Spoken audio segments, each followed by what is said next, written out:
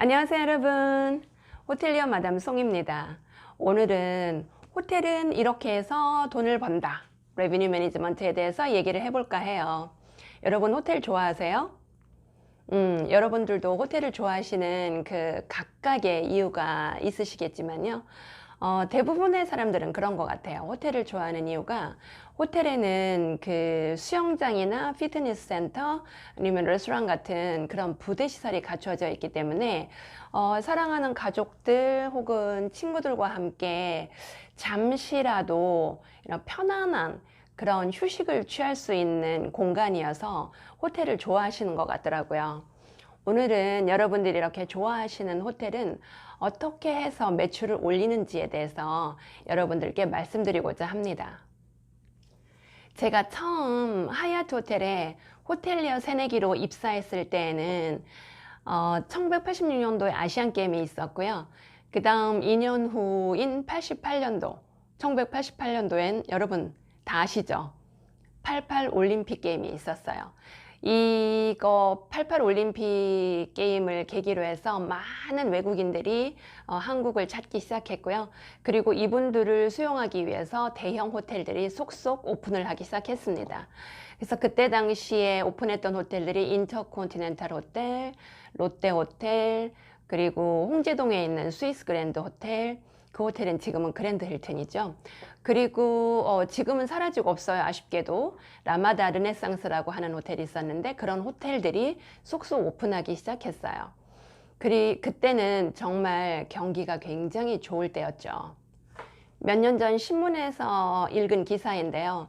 여러분 혹시 삼성그룹의 이건희 회장님이 말씀하신 그 호텔 사업의 본질은 무엇인가에 대해서 들어본 적 있으세요? 1980년대 말에 한 회의에서 이건희 회장님이 한 임원에게 질문을 하셨대요. 호텔 사업의 본질은 무엇이라고 생각하는가? 라고 질문을 하셨대요. 그러니까 그 임원분께서 어리둥절 하셨겠죠? 호텔 사업의 본질? 호텔 사업은 서비스업 아닌가? 라고 생각하시면서 그렇게 대답을 하신 거예요. 호텔 사업은 서비스업입니다. 라고. 그랬더니 이건희 회장님이 그러셨대요. 다시 한번 제대로 생각해 보세요. 그리고 난 후 그 임원은 세계 각국의 호텔들을 벤치마킹하고 난 다음에 이건희 회장님께 다시 보고를 했다고 합니다. 호텔 사업의 본질은 장치 사업이고 부동산업에 가깝습니다. 라고 보고를 드렸대요. 저를 비롯하여 많은 호텔리어들이 좋은 서비스를 고객에게 제공하고 그 서비스를 받은 고객이 되게 행복해하는 것을 보고 우리는 일하는 보람을 느끼면서 일을 하는 그런 거잖아요. 그런데 이런 대화가 오고 갔다는 것을 들으면 사실 여러분들 좀 씁쓸하시죠? 그런데 그 말이 맞긴 맞아요. 호텔은 장치 사업이고 부동산업에 가깝다는 그런 말이 맞습니다.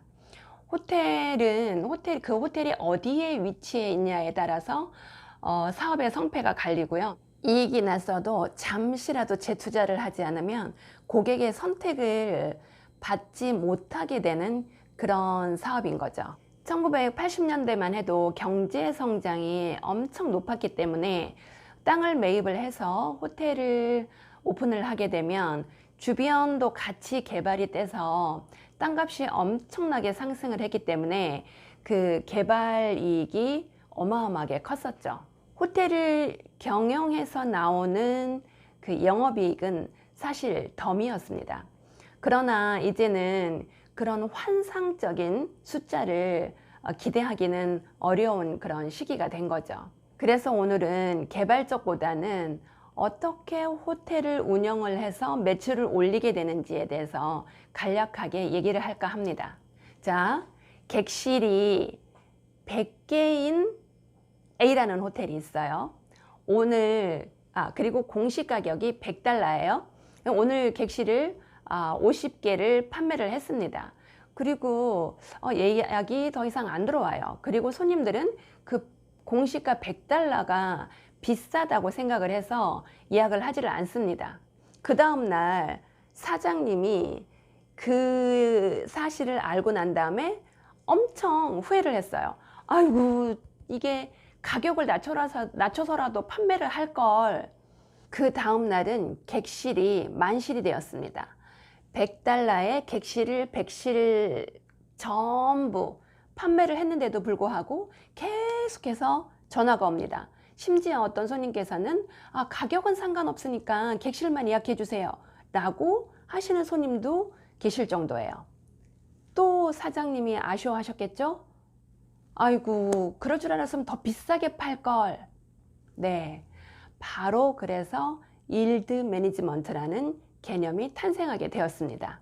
일드 매니지먼트는 한정된 상품을 가지고 이 매출을 극대화하자는 것이 일드 매니지먼트입니다.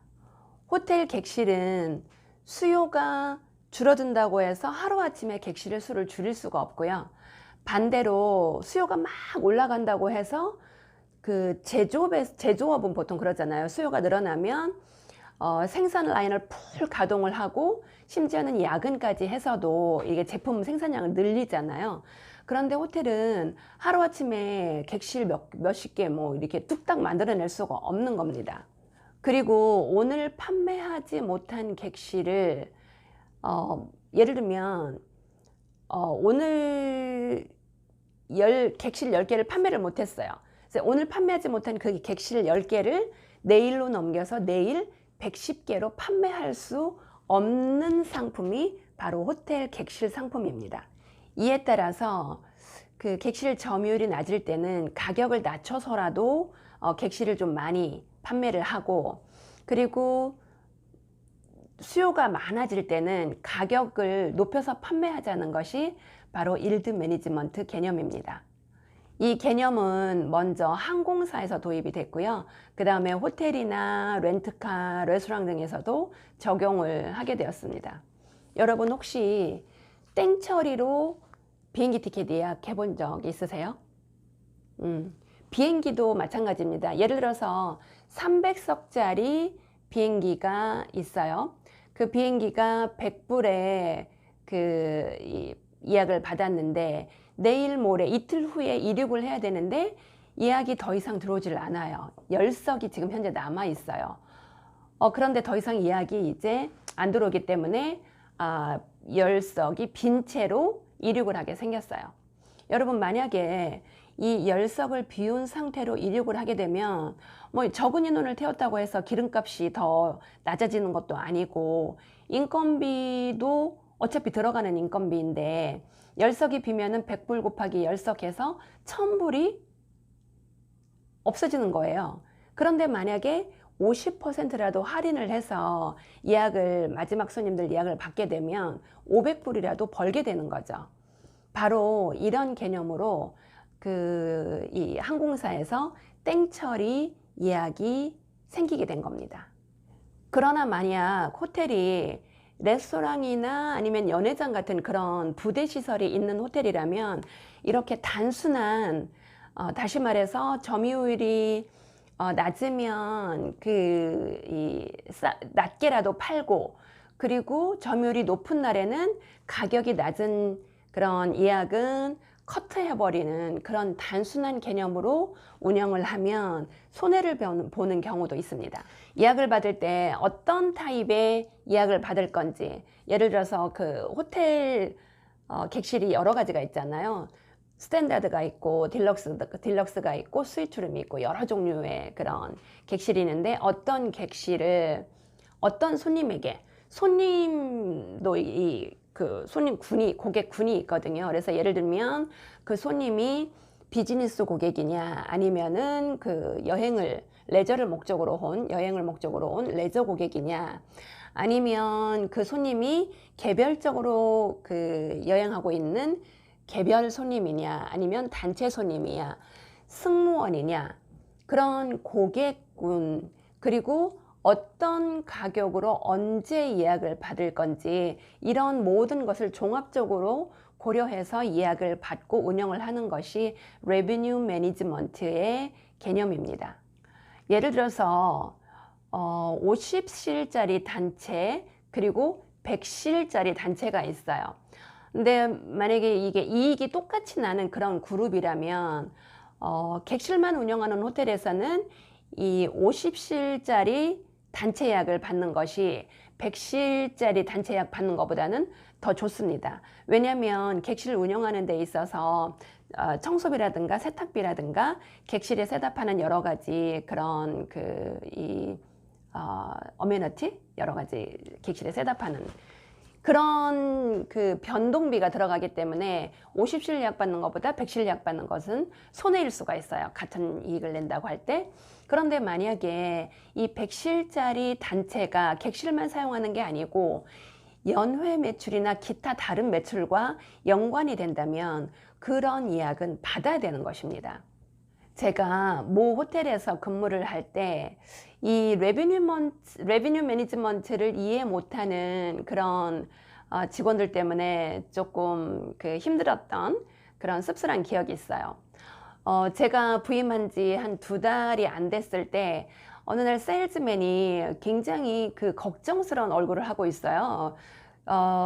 단체 예약을 받았는데 사실 억 단위의 매출을 올리는 그런 단체 예약을 받았으면 칭찬을 받을 일이지 그게 걱정할 일이 아니거든요. 비수기에. 그런데 이제 그래서 사정을 알아봤죠. 왜 그러는지. 그랬더니 일부 직원들 그다음에 노조에서 아니 이거 남지도 않는 싸구려 단체를 받아가지고 직원들만 괜히 고생시킨다 이러면서 뭐라고 했다는 거예요. 그러나 객실은 변동비만 커버되면 비수기에는 변동비만 커버가 되면 예약을 받는 게 좋아요. 왜냐하면 호텔은 운영하는 데 있어서 영업이 잘 되던 잘 되지 않던 꼭 들어가야 하는 고정비라고 하는 게 있거든요. 그러니까 점유율이 낮을 때는 변동비만 커버되면 객실 예약을 받는 게 좋아요. 더더군다나 연회장 매출이 있다면 당연히 받아야죠. 그때 하나하나 계산해서 직원들 설득해서 예약을 받았던 그런 기억이 있습니다. 물론 레비뉴 매니지먼트라는 개념을 이해하고 난 다음엔 2번 다시 그런 일은 없었죠. 자, 정리해서 말씀드릴게요. 호텔 경영에 있어서 객실의 특징은 첫 번째, 판매할 수 있는 숫자가 정해져 있고, 2번째, 오늘 판매 못한다고 해서 그거를 모아놨다가 내일 판매할 수 있는 상품이 아니고, 3번째, 고정비 대비 변동비가 낮기 때문에 딱 맞는 그 객실을 원하는 바로 그 고객에게 딱 매치되는 바로 그 가격으로 정확한 이 타이밍을 맞춰서 판매를 한다. 그렇게 해서 매출을 극대화시키는 것이 레비뉴 매니지먼트이다. 여러분 이해하시겠어요?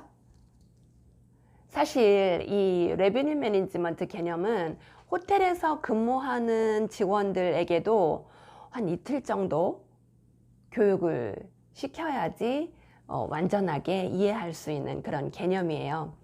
하지만 여러분들은 그냥 오늘 내용으로도 아주 브리프하게 아주 간단하게 전체적인 그런 개념은 이해하셨을 거라고 생각을 합니다. 혹시 여러분이 근무하고 계시는 호텔에 레비뉴 매니저가 계시다면 그분이 어떤 일을 하시는지 한번 이렇게 눈여겨보세요. 호텔에서 근무하시는 분들은 물론이고요. 호텔에서 근무하시지 않는 분들도 사실 이 레비뉴 매니지먼트라고 하는 거는 적용할 수 있는 분야가 굉장히 많거든요. 요즘 코로나19 때문에 호텔 업계가 매우 어려운데요. 이럴 때는 고객이 오시면 무조건 환영이죠. 이 일드 매니지먼트나 레비뉴 매니지먼트는 점유율이 낮을 때는 적용하는 게 아니에요. 점유율이 높을 때 그때 조금이라도 더 높은 매출을 올리기 위해서 하는 게 레비뉴 매니지먼트입니다. 하루빨리 이 사태가 종료되기를 희망합니다. 오늘 내용은 여기까지예요. 여러분들 오늘도 이 영상 좋으셨다면 아시죠? 좋아요와 구독 눌러주시고요. 저는 또 다음번에 더 좋은 영상을 가지고 돌아오도록 하겠습니다. 여러분 안녕.